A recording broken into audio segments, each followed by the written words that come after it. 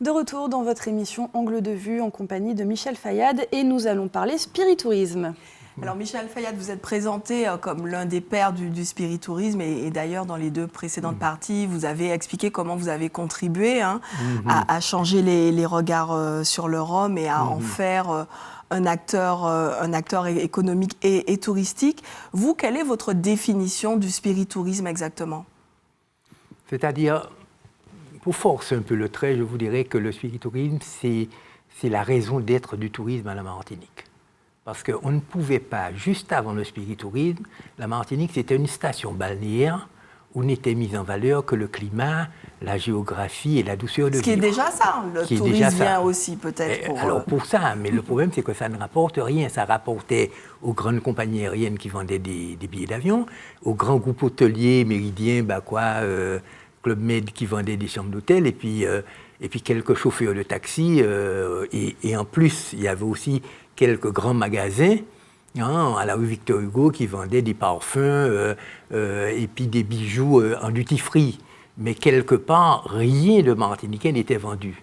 Et quand on a mis le rhum, alors bien sûr, le rhum à l'époque n'était pas bien vu, donc quand on a mis le rhum comme un produit touristique à part entière, du coup, on a mis l'homme martiniquais avec sa culture, avec son patrimoine, avec son histoire et avec son produit régional au cœur même de la politique touristique martiniquaise. Et ça, c'est véritablement une politique touristique cohérente où tout le monde trouve son compte. Vous voyez, à un certain moment, n'oubliez pas qu'on a failli faire du all inclusive dans les hôtels, tellement la Martinique n'intéressait personne autre que le climat. Et le climat, on le trouve dans l'hôtel et la plage aussi.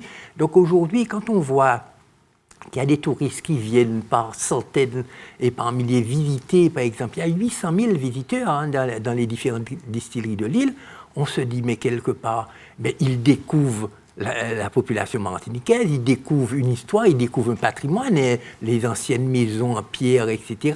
On a fait revivre un train, une histoire ferroviaire des petites locomotives qui allaient chercher la canne qui revivait.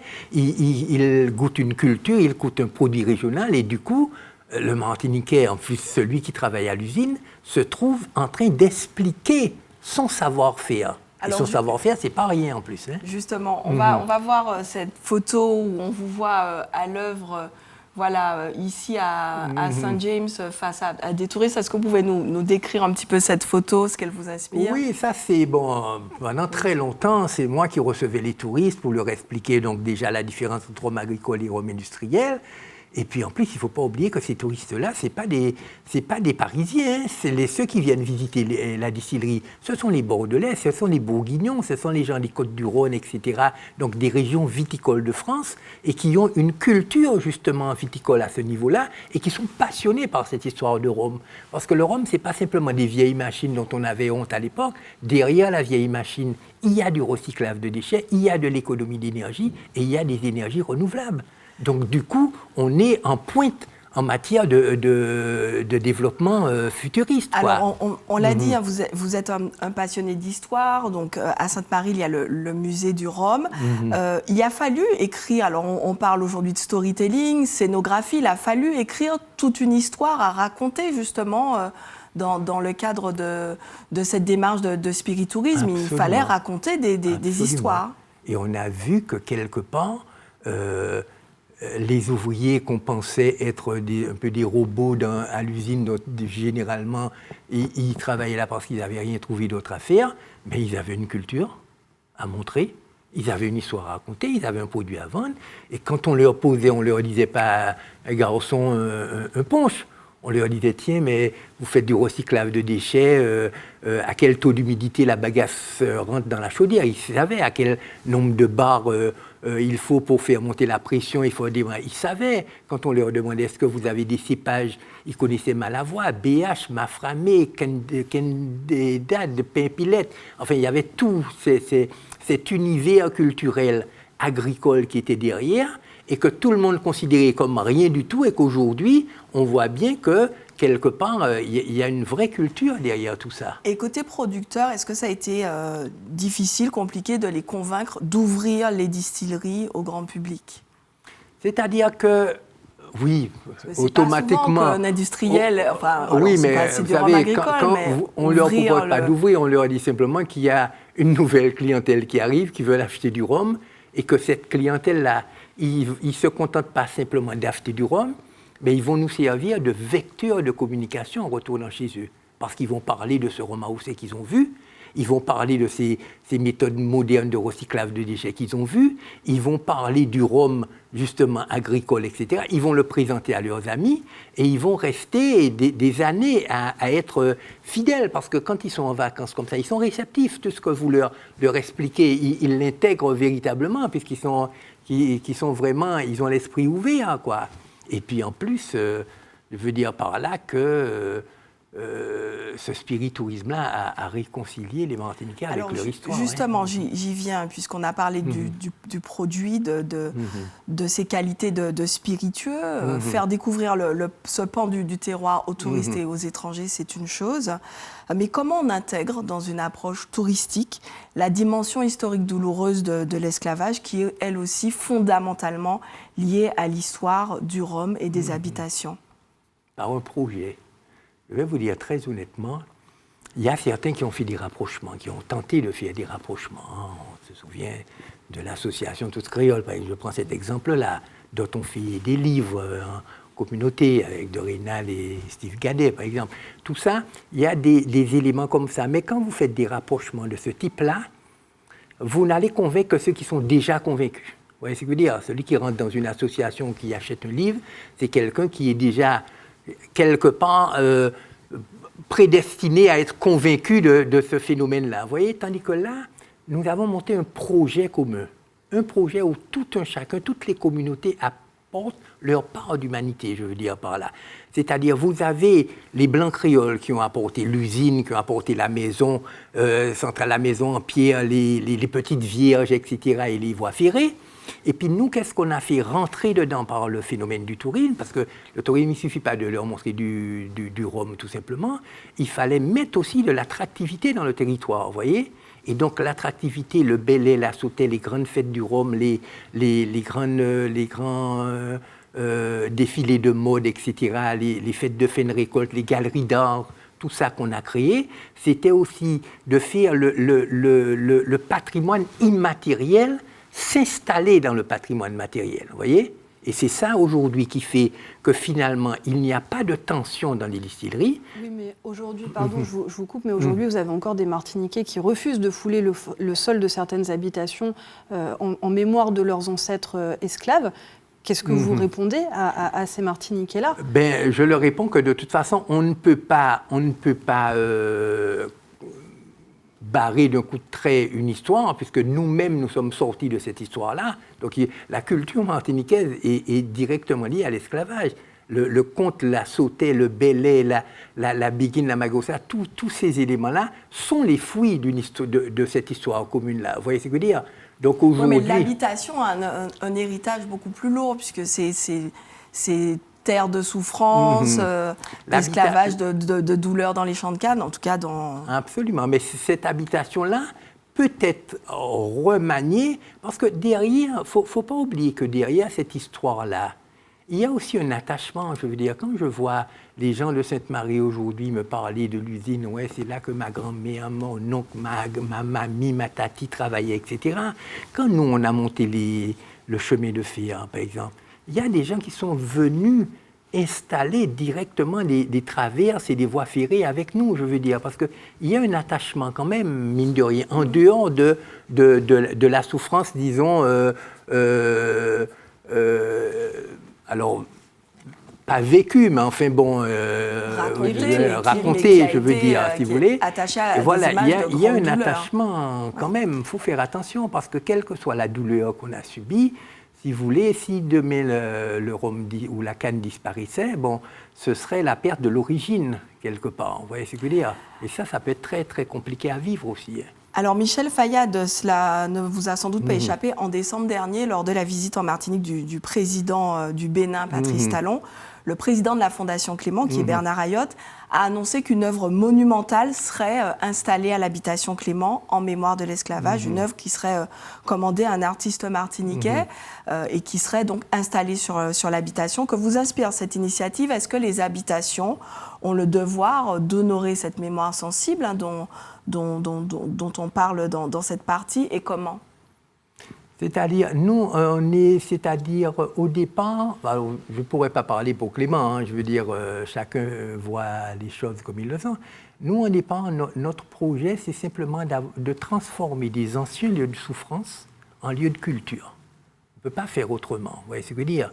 Et quand on met à l'intérieur, si vous voulez, des galeries d'art, des défilés de mode traditionnels, quand on fait venir la vannerie du Monde des Esses ou les anciens tambouillés, etc., Tiraoul Grivalier a joué combien de fois, etc., des dessins pris, tous ces éléments-là, moi, ce que je pense, c'est qu'en faisant rentrer le patrimoine immatériel au sein même du patrimoine matériel de ces anciens lieux de souffrance-là, ben, on pourrait presque dire, comme Césaire le disait pour René Corail, pour la statue du tricentenaire, il suffit de cannibaliser le site, quoi. Vous voyez ce que je veux dire? Et à ce moment-là, et se le réapproprier complètement. Parce que, bon, à part l'habitation Clément, effectivement, bon, il y a un symbole derrière tout ça, mais je veux dire, aujourd'hui, les grandes distilleries n'appartiennent plus aux Blancs créoles, il faut dire qu'elles le sont. Et pour eux, si vous voulez, bon, c'est une histoire, donc personne ne se revendique, par exemple, à Saint-James, je veux dire. C'est aussi simple que ça. Mais quelque part aussi, quand on a une origine, je veux dire, on peut pas l'effacer parce que ça ne sortira pas comme ça ne disparaîtra pas comme ça. Et les grands groupes qui ont repris ont conscience qu'il faut préserver et valoriser cette histoire, ou ça risque de se dissoudre au fil du temps? À mon avis, les grands groupes ont conscience simplement qu'il faut intégrer toutes les communautés dans cette histoire-là, parce que chacun a son histoire avec le Rhum. Vous voyez ce que je veux dire? C'est-à-dire que pour la communauté, les afrodescendants, bon, c'est une histoire de souffrance, mais pour les Indiens, c'est une histoire d'alcoolisme. Vous voyez, bon, pour les Blancs créoles, je suppose que c'est une histoire de prestige. Vous voyez ce que je veux dire? Et pour les étrangers, c'est une histoire de tourisme et d'exotisme. Donc, si vous voulez, bon, quand on a réuni tous ces éléments-là, il faut aussi pouvoir vivre, je veux dire. Parce que si on balaye tout ça d'un trait de plume, vous voyez ce que je veux dire, il nous restera quoi? Il nous restera à s'inscrire comme fonctionnaire pour travailler pour l'État français, puisque nous n'avons rien à produire, ou alors inventer une nouvelle forme de production, ce qu'on fait déjà d'ailleurs, en des cultures maraîchères, etc. Et à mon avis, on a quand même une histoire à raconter, on a un produit à présenter. Et ce produit-là, ses origines sont ce qu'elles sont, mais ce produit-là doit continuer à vivre, quoi qu'il en soit. Michel, vous êtes une mémoire vivante de tout ce pan de cette histoire. Est-ce que vous avez déjà pensé à écrire un livre sur l'histoire du Rhum, l'histoire de cette culture martiniquaise à travers le spiritourisme? C'est-à-dire, ce n'est pas dans mes projets. Bon, j'y pense de temps en temps. Disons que c'est vrai que nous, on le voit, avec tous les petits éléments qui viennent à droite, à gauche, etc. Parce que ce que je vois surtout, et je l'ai déjà dit plusieurs fois, c'est que depuis 30 ans, 3 décennies, il n'y a eu ni grève ni conflit social dans une distillerie à la Martinique, vous voyez? Donc ça veut dire que quelque part aussi, quand vous trouvez une nouvelle forme de clientèle et que vous faites vivre une économie, donc quelque part, vous voyez vu, tous ces problèmes-là disparaissent au fur et à mesure.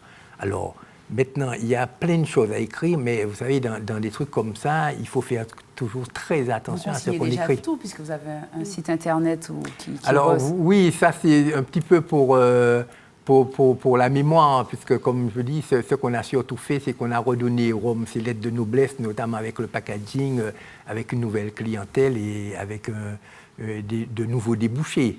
Mais bon, reste à savoir maintenant ce que ça va devenir. Mais je pense très honnêtement qu'il y a un avenir là. Ouais. Il faut qu'on précise aussi que vous avez repris l'habitation La Salle il y a un certain temps déjà. Il y a un projet particulier autour de cette habitation? Oui, l'habitation La Salle, c'est les anciennes sucreries de l'époque qui fonctionnaient avec des moulins à bœufs à vent ou bien à aube, si vous voulez, qui ont disparu avec l'arrivée des machines à vapeur et la bagasse comme combustible. Donc, quelque part, ils ont disparu. Nous, maintenant, on veut le réhabiliter parce que, en fait, ce qui nous intéresse, c'est de faire découvrir l'arrière-pays martiniquais. Vous voyez, on ne peut pas se contenter non plus. Toujours pareil, si on élimine tous ces éléments-là, il nous restera quoi? D'aller vendre du sable, du rocher, du diamant, c'est-à-dire tout ce qui n'est pas monnayable et de la douceur de vivre, c'est-à-dire des trucs complètement irréels, vous voyez ce que je veux dire? Tandis qu'en développant l'arrière-pays martiniquais, avec ses usines, ses voies ferrées, ses petits moulins à eau, à aube, etc., ses chaudières et j'en passe, à ce moment-là, on a une véritable histoire, parce qu'il faut raconter l'histoire aujourd'hui. Vous savez, ce qui caractérise un pays aujourd'hui, surtout avec la mondialisation au niveau international, où tout le monde s'habille pareil, mange pareil, se maquille pareil, etc., et parle presque pareil. Bon, ce qui attire aujourd'hui un touriste, c'est justement la particularité d'une destination. Et la particularité d'une destination, c'est sa culture, c'est pas sa nature. La nature, en général, elle se ressemble toujours dans son environnement. Et ce sera le mot de la fin, malheureusement, Michel Fayad. Nous sommes déjà obligés de conclure cette émission. Mais en tout cas, merci à vous d'avoir accepté notre invitation et d'avoir partagé avec nous un peu de votre extrême dévotion pour cette île. Merci à vous, chers téléspectateurs et chers auditeurs, de nous avoir accompagnés pour cette 4e émission Angle de vue. Une émission à retrouver sur les ondes, dans les colonnes de votre quotidien et en ligne sur nos 3 médias via atv.tv, rci.fm et franceanti.fr. On se retrouve dès la semaine prochaine pour un nouveau portrait.